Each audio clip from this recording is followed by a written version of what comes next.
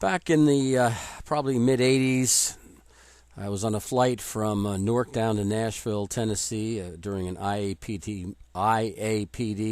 meeting. It was a Plastic Association meeting down there.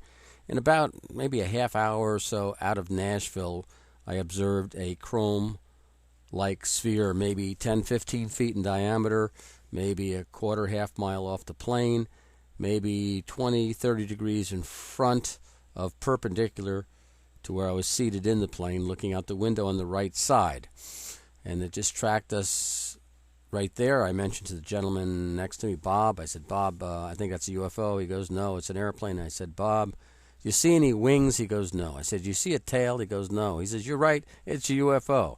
I immediately got out of my seat. I went down the aisle, pointed out to everybody along the aisle. Everybody saw it, and got back to my seat.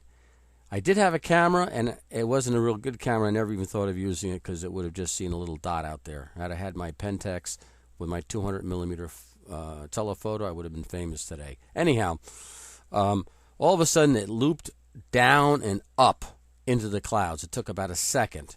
It was keeping pace with the plane while it did that. It dove. It was moving away from the plane when it did that. And it was one of the most fantastic things I've ever seen, and I really wish I had taken a picture of it. But anyhow, I did report it. The pilot denied he saw it. Anyhow, it was an amazing sight to see this chrome sphere track the plane.